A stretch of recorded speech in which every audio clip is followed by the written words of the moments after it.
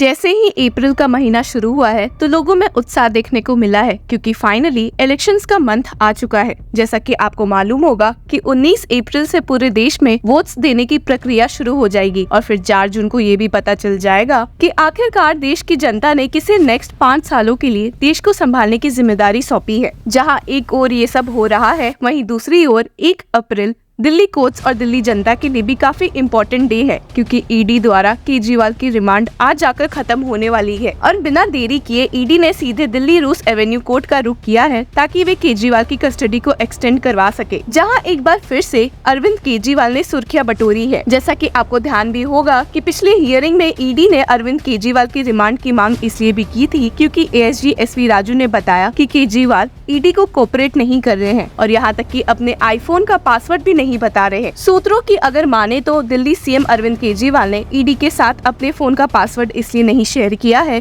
क्योंकि by accessing his telephone data and chats the ED would be privy to details of Aam Aadmi party's election strategy and pre poll alliances. और वैसे ही Delhi CM Arvind Kejriwal का मानना है कि ईडी पीएम मोदी के इशारों पर नाचती है और आप सुनकर चौंक भी जाएंगे कि दिल्ली सीएम अरविंद केजरीवाल के कोऑपरेट नहीं करने की वजह से ईडी मजबूर हो गई है एप्पल कंपनी के पास जाने के लिए ताकि वे केजरीवाल के आईफोन को ओपन करने में मदद कर सके। तो अंदाजा लगाना आसान है कि मामला कितना सीरियस है। हालांकि आप सुनकर चौंक जाएंगे कि जहां अरविंद केजरीवाल ईडी को कोऑपरेट नहीं कर रहे हैं, वहीं वे कोई मौका भी नहीं छोड़ रहे हैं दिल्ली वासियों को वादे करने का कि वे कस्टडी से बैठकर भी सरकार चला सकते हैं। सुनीता अग्रवाल ने 31 मार्च को हुई इंडिया ब्लॉक की रैली में कहा है कि लॉकअप में रहने के बावजूद भी केजरीवाल ने उन्हें एक लेटर लिखते हुए दिल्ली वासियों को 6 गारंटी देने का वादा किया है इंडिया ब्लॉक के बिहाफ पर। These 6 guarantees include 24-hour electricity across the country, free electricity for the poor in the entire country, government schools in every village and locality, मोहल्ला clinics, MSP for farmers and more। तो चलिए अब बात करते हैं कि Delhi CM Arvind Kejriwal ने वापस से दिल्ली रूस एवेन्यू कोर्ट में क्या हंगामा किया है और इस बार पीएम मोदी पर कैसे निशाना साधा है। आपको बता दें कि अरविंद केजरीवाल के साथ साथ सुनीता केजरीवाल, आतिशी, सौरभ भारद्वाज भी कोर्ट में मौजूद थे और जैसे ही केजरीवाल को कोर्ट में मौजूद किया गया वैसे ही उन्होंने पीएम मोदी पर निशाना साधा और कहा, प्रधानमंत्री जी जो ये कर रहे हैं वो देश के लिए अच्छा नहीं है। ये सब सुनकर जहां लोग कोर्ट रूम में हैरान हो गए, वहीं एक बार फिर ईडी की ओर से मौजूद होकर एएसजी एसवी राजू ने अपने सबमिशंस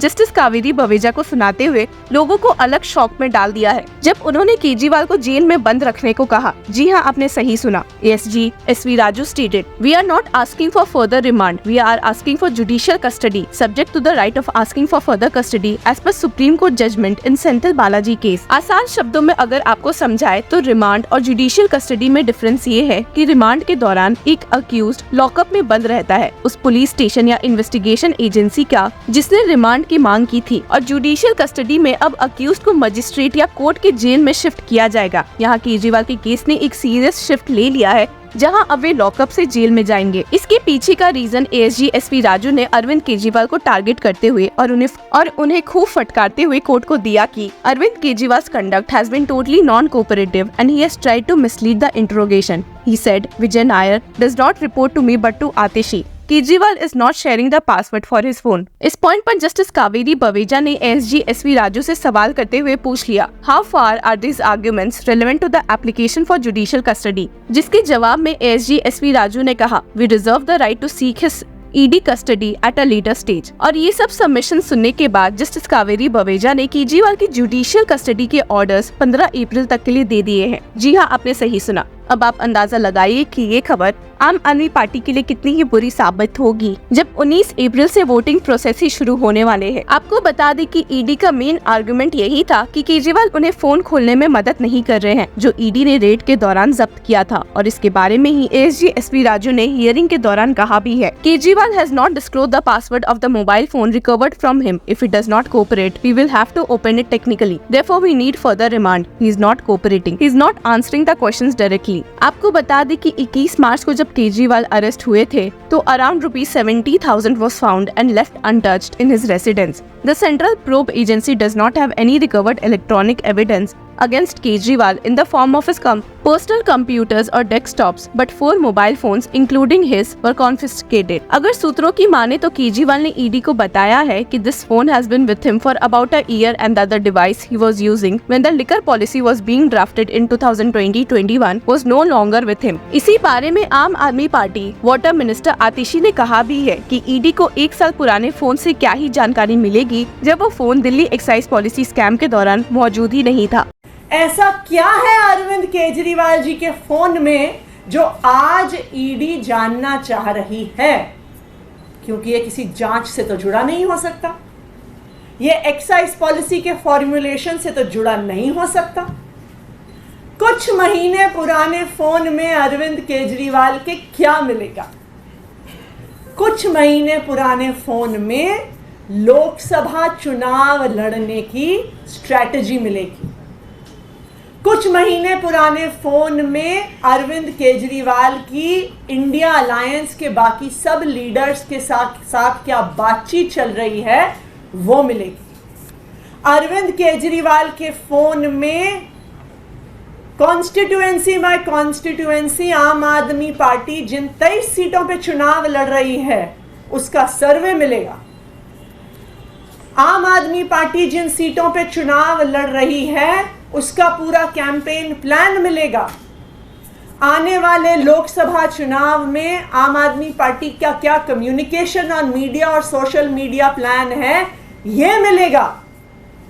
तो अरविंद केजरीवाल जी के फोन का पासवर्ड ईडी को नहीं चाहिए, अरविंद केजरीवाल जी के फोन का पासवर्ड भारतीय जनता पार्टी को चाहिए। सिर्फ यही नहीं, आपको बता दें कि आए दिन दिल्ली सीएम अरविंद केजरीवाल ने ईडी के खिलाफ कोई एलिगेशंस लगाए हैं कि वे जानबूझकर केजरीवाल को फंसाना भी चाह रहे हैं। और एक दूसरे क्लिप में आम आदमी पार्टी आतिशी ने भी ये सेम बातें कही है। वो कोर्ट में ये कहते हैं कि हमें अरविंद केजरीवाल जी को कुछ दिन और कस्टडी में रखने की जरूरत है क्योंकि अरविंद केजरीवाल जी ने अपने फोन का पासवर्ड हमें नहीं बताया है। ये वही ईडी है जिसने खुद बयान देकर कुछ दिन पहले बताया कि जो फोन एक्साइज पॉलिसी बनने के समय और लागू होने के समय अरविंद केजरीवाल जी के पास था वो फोन ईडी को नहीं मिला है, वो फोन अरविंद केजरीवाल जी के पास नहीं है। तो एक्साइज पॉलिसी बनती है 2021 में, लागू होती है नवंबर 2021 से अगस्त 2022 तक। अगस्त 2022 से ईडी की गिरफ्तारी के बीच में 1.5 साल से ज्यादा का समय बीत जाता है। ईडी खुद ये बयान देती है कि जो फोन अरविंद केजरीवाल जी का हमने जब्त किया है वो मात्र कुछ महीने पुराना है। तो फिर मैं ईडी से पूछना चाहती हूं कि मात्र कुछ महीने पहले पुराने फोन को ईडी क्यों देखना चाहती है जब उन्हें खुद पता है कि वो उस पॉलिसी के समय का फोन नहीं है। तो अब देखते हैं कि अरविंद केजरीवाल को असल में कोई राहत मिलती है या नहीं। Till then keep following law चक्रा।